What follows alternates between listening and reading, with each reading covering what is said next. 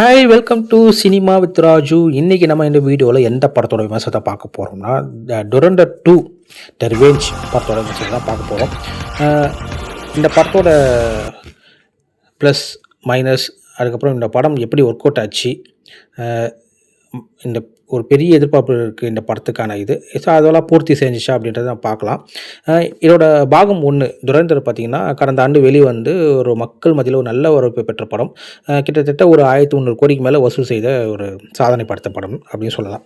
So இந்த துரந்தர் 2 இதோட இயக்குனர் பார்த்திங்கன்னா ஆதித்ய தர் தான் இந்த படத்தை இயக்கியிருக்காரு. ரன்வீர் சிங் வந்து மெயின் ரோலாக பண்ணுறாரு. ஸோ இந்த படத்தோட கதை என்ன அப்படின்னா, இந்தியாவிலிருந்து ரகசிய உளவாளியாக பாகிஸ்தான் கடக்கும் ரன்வீர் சிங் அங்குள்ள பயங்கரவாதிகள் கூடாரத்தின் ஒரு முக்கிய தலைவரான அக்ஷய் கண்ணாவை கொல்வது தான் இந்த துரந்தர் முதல் பக்கத்தோட நிறைவடையும். ஸோ அதிலிருந்து 2ஆம் பக்கமும் இந்த தொடங்கிறது. அக்ஷய் கண்ணாவின் மறைவுக்கு பிறகு அவரோட வலதுகரமான தானிஷ் பாண்டரை தலைவராக்கும் ரன்வீர் சிங் ஒரு கட்டத்தில் அவர் போலி பாஸ்போர்ட் வழக்கில் வெளிநாட்டு போலீஸாரும் சிக்க வைத்து அந்த கூட்டத்துக்கு தானே தலைவராகிறார். ரன்வீர் சிங் பாகிஸ்தானில் உள்ள பயங்கரவாதிகளை வேட்டையாடும் ஆப்ரேஷன் துரண்டரை கையில் எடுத்து இதற்கிடையில் ரன்வீர் சிங் இந்தியாவின் ரகசிய ஏஜென்ட் என்ற உண்மையும் பயங்கரவாதிகளுக்கு தெரிய வருகிறது. இறுதியில் என்ன ஆனது, ரன்வீர் சிங் கதி என்ன ஆனது அப்படின்ட்டு இந்த படத்தோட கதை. இந்த படத்தோட டியூரேஷன் பார்த்திங்கன்னா கிட்டத்தட்ட ஒரு 3 hours 50 minutes, கிட்டத்தட்ட ஒரு 4 மணி நேரம் இந்த படம் வந்து ரன் ஆகுது. ஆனால் இந்த படத்தோட சுவாரஸ்யம் வந்து எங்கேயுமே குறையல. முதல் பாதியாட்டும் 2வது பாதியாட்டும் மிக வேகமாக ஒரு ஃபாஸ்ட்டாக வந்து இந்த திரைக்கதையை அமைச்சிருக்காரு இயக்குனர் ஆதித்ய தர்.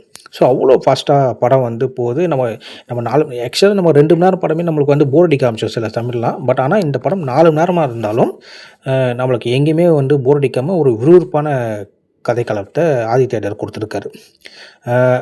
ஆரம்ப சீனாகட்டும், இன்டர்வல் சீனாகட்டும், கடைசி கிளைமேக்ஸ் சீனாகட்டும் எல்லாமே வந்து அவ்வளோ சூப்பரான ஆக்ஷன் பிளாக்கோட ஒரு மிரட்டலாக வந்து கொடுத்துருக்காங்க. அது மட்டும் இல்லாமல் இதில் ரன்வீர் சிங், அர்ஜுன் ராம்பால், சஞ்சய் தட், ராகேஷ் பேடி, சாரா அர்ஜுன் என அனைவருமே வந்து அவங்கவுங்களுக்கு கொடுத்த நடிப்பை வந்து சூப்பராக பண்ணியிருக்காங்க. மெயினாக பார்த்திங்கன்னா இதில் மாதவன் அவருடைய ஒரு அதிகாரியாக வராரு. அவரோட நடிப்பு பார்த்திங்கன்னா உண்மையிலே அவ்வளோ மிரட்டலாக இருந்துச்சு அவருடைய நடிப்பு. இந்த படத்துக்கு ஒரு பெரிய பலம்னு பார்த்திங்கன்னா எல்லாமே தான் சொல்லணும். அதாவது சண்டை காட்சிகள், விஎஃப்எக்ஸ் காட்சிகள், அதுக்கப்புறம் மியூசிக், எடிட்டிங், ஒளிப்பதிவு. ஸோ இதை மாதிரி வந்து டெக்னிக்கல் வைஸாக வந்து இந்த படம் வந்து அவ்வளோ சூப்பராக எடுக்கப்பட்டிருக்கு. அண்ட் ஷாஷ்வாட் சச்சிதேவின் இசையும் வந்து உண்மையிலே அவ்வளோ சூப்பராக கொடுத்துருக்காரு. இசை, பேக்ரவுண்ட் ஸ்கோரு, சாங்ஸு எல்லாமே மிக்ஸ் பண்ணி கொடுத்துருக்காரு. உளவாளியாக போயிட்டு அங்கே வந்து தீவிரவாத கொடுத்து அடிக்கிறது தான் படமாக இருந்தாலும் அங்கங்கே சில காட்சிகள் வந்து தொய்வுகளும் இருக்குது. இருந்தாலும் அதெல்லாம் நம்மளுக்கு தெரியாமல் படம் வேகமாக நகருது. அதில் மட்டும் இல்லாமல் சில காட்சிகளை வந்து நம்மளுக்கு அது புரபகண்டா படம் மாதிரியும் நம்மளுக்கு வந்து ஃபீல் ஆகுது. ஃபீல் ஆனாலும் மற்றபடி இந்த படத்தில் எதுவுமே இல்லாமல் அவ்வளோ சுவாரஸ்யமாக கொடுக்க முயற்சி பண்ணியிருக்காரு இயக்குனர். ஸோ அந்த விதத்தில் இந்த படமும் ஒரு மிகப்பெரிய வெற்றி பெற்று ஒரு கண்டிப்பாக இதுவும் பிளாக் பஸ்டர் கிட்டத்தட்ட ஒரு அந்த படத்தோட பல கோடி வசூல் செய்யும்னு சொல்லி நம்பிக்கையில் இருக்காங்க. இதோட தமிழ் வெர்ஷன் வந்து இன்னும் ரிலீஸ் ஆகலை. இப்போதைக்கு ஹிந்தி வெர்ஷன் வித் சப்டைட்டில் தான் போயிட்டுருக்கு. இந்த படம் பார்த்திங்கன்னா யாரெல்லாம் பார்க்கலாம் அப்படின்னா, கண்டிப்பாக இது வந்து ஏ சர்டிஃபிகேட் கொடுத்துருக்கறனால இது கண்டிப்பாக 18க்கு கீழே இருக்கிறவங்க யாருமே இந்த படத்தை பார்க்க முடியாது. ஏன்னா இந்த படத்தில் அவ்வளோ வன்முறை காட்சிகள் ஒரு ஓவர் டோஸாக வந்து கொடுத்துருக்காங்க. உண்மையிலே நம்மளுக்கே சில காட்சிகள்லாம் வந்து பார்க்க முடியல.